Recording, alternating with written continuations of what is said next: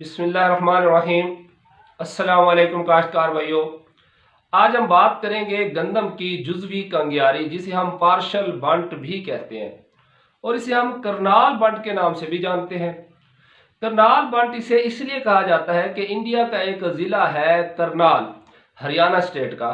वहाँ पर 1930 में इसका हमला बहुत ज़्यादा नज़र आया। उसके बाद 1931 में प्रॉपर तरीके से एक साइंटिस्ट ने काम किया तो करनाल के ज़िले में काम हुआ, लिहाजा इसको नाम रख दिया गया करनाल बंट। अब आप कहेंगे फिर इसको पार्शल बंट क्यों कहते हैं? जैसा कि आप जानते हैं, कंप्लीट को हम कहते हैं मुकम्मल, और जुजवी को यानी कोई हिस्सा हो, आधा हो, चौथाई हिस्सा हो, तीसरा हिस्सा हो, तो हम उसे क्या नाम देते हैं? पार्शल। हम कहते हैं कि काम हुआ तो है लेकिन अभी पार्शली कंप्लीट हुआ है, पूरा मुकम्मल नहीं हुआ।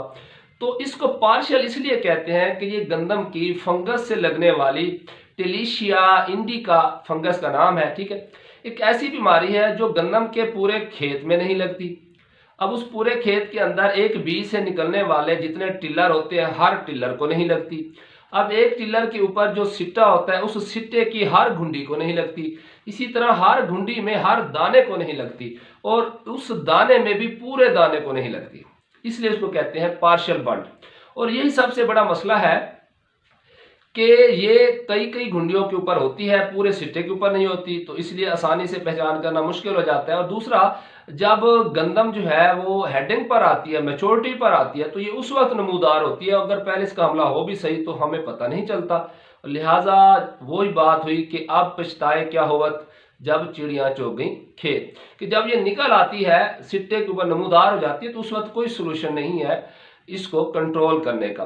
अच्छा, इसके अलावा एक और होते हैं बात कि ये सिर्फ सीड बॉर्न नहीं है, ये ज़मीन के अंदर यानी सिर्फ बीज से ही नहीं फैलती। ये ज़मीन के अंदर जो खसो खशाक जिसे हम कहते हैं, यानी डेब्रिस हम कटाई करते हैं, वो कंबाइन हार्वेस्टर से हो, वो हम दराती से करें, तो जो सिट्टे मुतासरा होंगे उनमें से कुछ बीज गिर जाते हैं, दाने ज़मीन के अंदर गिर जाते हैं।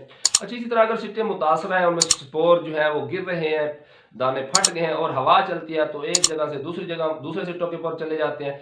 इसके अलावा बारिशें अगर तेज़ होती हैं तो भी ऐसा होता है कि एक जगह से दूसरी जगह स्प्लैशेज जो छींटे पड़ते हैं उससे भी ये फैल सकती है। और इसकी सबसे बड़ी खसूसियत कि इसके जो स्पोर होते हैं ना जरसूमें, वो जब खबीदा हालत में पड़े होते हैं तो वो 5 साल तक ज़मीन के अंदर पड़े रह सकते हैं जिंदा हालत में, बेशक मौसम उनको अनफेवरेबल ही क्यों ना मिलता रहे, यानी कि रेस्टिंग स्पोर हम इनको कहते हैं। अच्छा, अब आपने देखा होगा कि गंदम के कुछ सिट्टे, मैं साथ में तस्वीर भी शेयर कर रहा हूँ, कि उनकी घुंडियों के ऊपर आपको जामनी रंग के जो है वो दाग पड़ते हुए नजर आएंगे। और इसके अलावा जहाँ से जो सिट्टा शुरू हो रहा होता है, जिसे हम पेडंकल कहते हैं, ठीक है ना, वो डंडी, उस साइड से ही घुंडियाँ जो है वो मुतासर होती हैं, कुछ ऊपर से कुछ दरमियान से। अच्छा, ये जामनी रंग के जो है डार्क ब्राउन, फिर ऐसा ऐसा जो है वो जामनी कलर के हो जाते हैं। और अगर आप दाना निकाल के देखेंगे ना, तो दाने के जो एम्ब्रियो वाला सिरा होता है, यानी जहां से वो कह लें कि जड़ निकलती है या नया तना निकलता है, तो ये उसी सिरे को मुतासर करती है। यूं समझ लें कि ये प्रोटीन की बीमारी है, एम्ब्रियो की बीमारी है, स्टार्च की नहीं है। तो जो बाकी दाने का एंडोस्पर्म होता है वो मुतासर नहीं होता, जो एम्ब्रियो वाला हिस्सा होता है ना, जो नन्हा पौधा, जो एम्ब्रियो प्रोटीन पर मुश्तमिल होता है, जिससे आगे पौधे वो बीज ने जर्मिनेट करना होता है, ये उसे मुतासर करती है। इसका मतलब है कि आपको ये दाने ऊपर से भरे भरे नजर आएंगे और जब फुल मेच्योरिटी पर आएगी, आप इसको नाखन में ऐसे प्रेस करेंगे तो वो दाना अंदर से क्योंकि खाली होगा इसलिए वो टूट जाएगा, जबकि आम दाना जो सेहतमंद दाना है वो नहीं टूटता। अच्छा, इसके अलावा इसके जो दाने होंगे उनका दरमियान से जो पेट है वो फूला हुआ होगा, जबकि आम दाने आपको नॉर्मल साइज में नजर आएंगे। इसके जो दाने हैं वो दरमियान से, यानी मोटाई उनकी ज्यादा होगी, क्योंकि अंदर इसके स्पोर बने हुए होते हैं। और इसके जो नुकसानात हैं उनमें सबसे बड़ा नुकसान तो यह है कि अगर हमने एक्सपोर्ट करनी हो और उसमें चंद दाने निकल आए, एक लेवल होता है, तो वो रिजेक्ट कर देते हैं। अच्छा, इसके अलावा हम ऐसी गंदम को खाने में भी इस्तेमाल नहीं कर सकते, अगर ज़्यादा मसला हो तो स्मेल आती है, इन्फेक्शस यानी कह लें कि नुकसानदेह है। जानवरों के वंडा बनाने में भी इस्तेमाल नहीं करते फिर हम, यानी कि ये क्वालिटी को बड़ी बुरी तरह मुतासर करती है।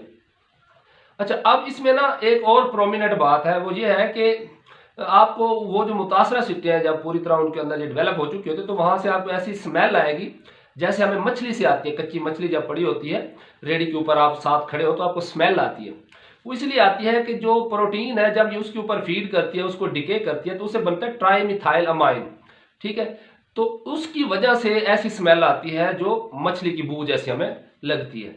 अब आप कहेंगे जी इसका कंट्रोल क्या है? वो लूज स्मट हो, वो पार्शल बंट हो, इसके अलावा और ब्लॉच टाइप है, ये काफ़ी सारी बीमारी है। तो ये जो है ना, ये पार्शल बंट या करनाल बंट या जिसे हम जुजवी कंगियारी भी कहते हैं, इनका एक तो आपने सीड ट्रीटमेंट लाजमी करना है। दूसरा हाल ये है कि जहां जिन खेतों में ज़्यादा हमला हो, आप एक तो वहां से बीज भी ना रखें और उन खेतों में आप कोई और फसल काश्त कर लें। और अगर मजबूरी हो गंदम काश्त करना तो ना ज़्यादा अगेती काश्त करें और ना ही ज़्यादा पिछेती, बर वक्त काश्त करें और रेजिस्टेंट अकसाम काश्त करें। अच्छा, अब जब हम बीज को जहर लगाते हैं तो इसमें जो प्रोपिकोनाजोल है, टिल्ट, ये भी लगाई जा सकती है और इसके बड़े शानदार रिजल्ट मिले हैं। लेकिन इसका मसला है कि ये जर्मिनेशन को भी मुतासर करती है कहीं कहीं ट्रायल में, और बाद में पौधे की ग्रोथ के ऊपर भी कुछ बुरा असर पड़ता है इब्तदाई दिनों में। जबकि वैसे जो आम हमें मार्केट में मिलती हैं प्रोडक्ट, जिनमें एजॉक्सिस्ट्राबिन टैबोकोनाजोल है, प्रोपिकोनाजोल है, हेक्साकोनाजोल है, ट्राइडेमिफॉन है, या जो समझ लें ट्रायाजोल ग्रुप और स्ट्रोबुलिन ग्रुप, तो इनके कम्बिनेशन से अगर हम बीज को अच्छी तरह ट्रीट कर लें तो उससे काफ़ी हद तक रिस्क कम हो जाता है। इसके अलावा हम बर वक्त आबपाशी करें, क्योंकि इसके लिए जो फेवरेबल कंडीशन है वो दिन का टेम्परेचर 18 से 24 और नमी का जो तनासब है हवा के अंदर वो 70 से ज़्यादा। अच्छा, अब जब हम दिन के टेम्परेचर की बात करते हैं तो जो ज़मीन का टेम्परेचर होता है वो अमूमन कम होता है माहौल के टेम्परेचर से, बाहर वाले से। तो इसके लिए अगर सॉइल का टेम्परेचर 17 से 21 की रेंज में हो तो उस वक्त भी इसके क्या है, डेवलप होने के या शिद्दत अख्तियार करने के चांसेस हैं। यानी अगर आप ज़्यादा हैवी आबपाशी करेंगे तो भी आपके लिए वो ख़तरनाक साबित हो सकती है गंदम की फसल के लिए।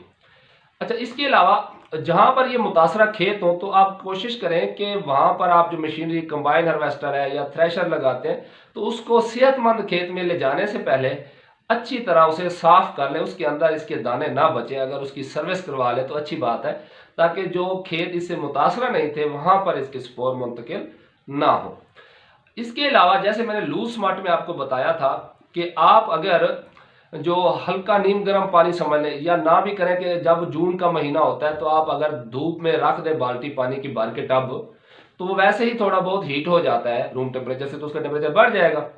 तो उसमें आप 4 से 6 घंटे बीज को भिगोएं, उसके बाद गर्म फर्श के ऊपर, पक्के फर्श के ऊपर या तरपाल के ऊपर आप इसको रीड्राई करें धूप के अंदर और उसको दोबारा ओरिजिनल वेट के ऊपर लेकर आए।